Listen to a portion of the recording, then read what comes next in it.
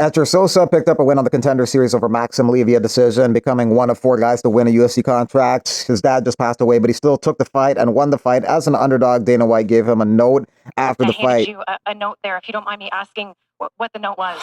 The reason your last name means sometime one day. This is from my father, the man that I am today. Listen, I can't talk to him today, but he is the reason I'm here, and he's the reason that I am the man that I am, and I'll continue to represent him, and I'll be this person very proud. Be the effing reason your last name means something one day, is what Dana White wrote on that note. Darren Till has kind of a mocking response to that, saying 10 and 10, indicating fighters who get contracts with the UFC get 10,000 a show, 10,000 a win. Darren Till was called out by Yoel Romero. He wants to box him, then he wants to box Jake Paul. I guess all roads for retired MMA fighters lead to getting knocked out by Jake Paul, but Darren Till had a response. Ariel F off, and why is Yoel's manager blurted out? Is he hiding from the authorities? Yoel, go get yourself a few English classes. Malky, your man Yoel's been living in the US 54 years and still doesn't speak English. How are we making a pay-per-view if this potato head doesn't speak English? Email my manager and don't say my name again. Darren Till just knocked out Luke Rockhold in Misfits Boxing. Yoel Romero just knocked out some random MMA fighter in BKFC. Jake Paul and Gervonta Tank Davis were supposed to be fighting Friday, November 14th at the State Farm Arena in Atlanta, Georgia, but apparently that fight ain't happening. It's just too much of a weight gap for the Georgia Commission to approve of. Recently, Rick Thompson, the chairman of the Georgia Athletic Commission, said this is the dumbest S I've ever heard. It's a money grabber, and I'm not okay with that. Mozart Elois says, I beat Diego Lopez, Arnold Allen, and Aljamain Sterling very easy. Nobody deserves anything, and if any of them want to fight me again, I have no problem. The Sterling fight wasn't easy. It was actually pretty close, but Mozart did pick up a decision in that one. He probably should be fighting for the title, but he didn't take that fight with Pico. Lerone Murphy did, got a big KO, and he might be getting a title shot next. Mohammed Makaev says he's going to be on this card. Brave 100 on the 7th of November in the Kingdom of Bahrain. Makaev says he's fighting a 5-round fight. He fought one fight this year in MMA, and he won that in the UAE, and he took a fight in Karate Combat this year, and he also won that fight. UFC Hall of Famer BJ Penn was arrested in Hilo, Hawaii for violating a protective order issued by his mother Lorraine Shin, marking his 5th arrest in 2025. Hilo police responded to a report confirming Penn entered his family home prohibited under the order due to prior allegations of family abuse. He was charged with misdemeanor, posted $2,000 bail, and was released. This follows 4 arrests in 2025, 3 in May, 1 in June, tied to similar violation fueled by Penn's public claims that his family are imposters or clones.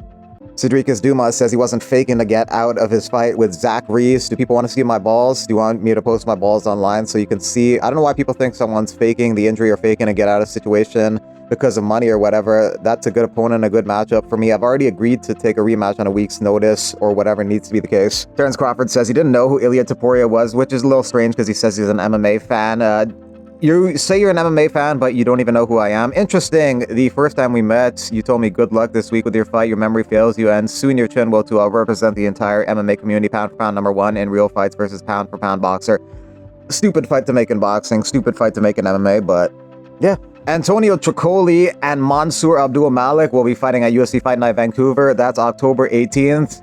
Mansour Abdul Malik remains undefeated in his career. He'll be a pretty big favorite over Antonio Tricoli, who's 0-2 in the UFC. 1 week later, Tricoli's girlfriend or ex-girlfriend, I don't know their relationship status, but Mackenzie Dern will be fighting the following week. She's going to be rematching Virna Jandiroba. This time, however, it's for the vacant strawweight title since Weili Zhang is departing from the division and moving up to fight Valentina. When they fought in 2020, Mackenzie Dern actually won a decision in that one. Mackenzie Dern, when the year started, was not even considered having any chance to become the strawweight champion. She was at plus 1,500 odds to become the champ at the end of the year, and now it's a possibility. They first fought, it was a 3-rounder. This will be 5 rounds. Sean Strickland looking to fight in December. The suspension should be up in November. I need a fight. Suspension should be up in early November, so Vegas in December is when you'd like to fight.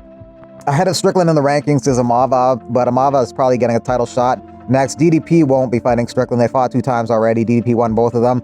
Below Strickland is RDR, who's fighting Brendan Allen. Then there's Adesanya, who wants to fight Strickland, so that's a possibility. Anthony Hernandez is injured. Robert Whitaker is a possibility for Strickland. They've never fought. Ohio's a possibility, but they're kind of friends, so they might not do it. And Michael Venom Page is a possibility. Him versus Strickland in a striking battle could be an intriguing chess match. Later this month at UFC Perth, Jake Matthews takes on Neil Magny. Matthews the huge favorite in that one, 6-1 on some betting lines, which might be a little high. Neil Magny has a knack for surviving, and when you get a little bit tired, he somehow takes over and just finishes the fight. He did that in his last fight against Zaleski dos Santos. He did that in the past many times, more recently against Mike Malott. Here, who the fuck is the guy that's saying, oh, they have a superstar problem? Tell me what fucking genius in the business, right? And even these boxing guys that I was arguing with 10 years ago, where the fuck are they all now?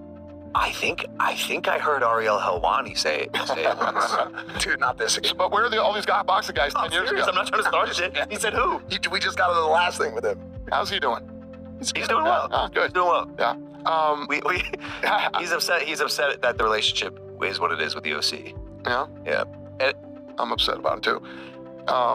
maybe there's a maybe we can figure this thing out. Yeah, we should probably all get back together. I don't believe that he was being 100% sincere. I believe he was being sarcastic. And so when I see this, I kind of laugh and say, oh yeah, he's just making a joke. What he says, how's he doing now? In that tone, to me, it comes across as him saying like, you know, where is that guy? That dude fell off. He's not relevant anymore. I couldn't care less about him. That's the way I interpreted it. Maybe I'm wrong, but that's the way I looked at it. Now, I don't feel like anything that he said there was very sincere. I think it was 99.999% sarcastic, if I'm being 100% honest. The one thing that was telling to me, or at least jumped out at me, was that usually when I'm brought up, he calls me all the names under the sun, right? Scumbag, piece of crap, this, all these things, right? He'll take his opportunity to take a shot at me. This time, he just said what you just heard him say. Is that because I'm so irrelevant to him? Maybe. Or is that because he misses me? Maybe. I don't think it's the latter, if I'm being 100% honest. But I will repeat what I have said regarding this topic on this show ad nauseum, and what I've said on every other show that asked me about him ad nauseum. In my early days, no one was better to me than Dana White. And then it all fell apart in 2016. You know this, right? It's unbelievable that we're approaching 10 years since all this went down. And I haven't talked to him since.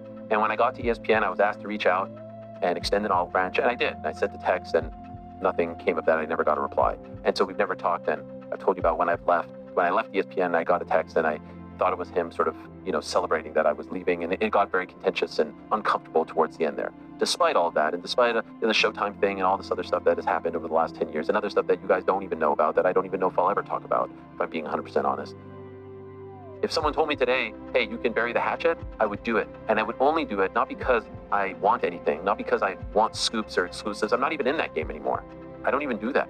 Not because I want interviews or access or anything like that. It's because, I'm not just saying it today, life is too short. If there was an opportunity to shake hands and be like, look, there was once a time where we were exchanging pictures about our kids and grew pretty close. Yeah, sure, I would like that just for my heart, just for my soul. Because I believe that holding grudges and having beef, I believe that's a cancer. I believe that's a cancer to your body.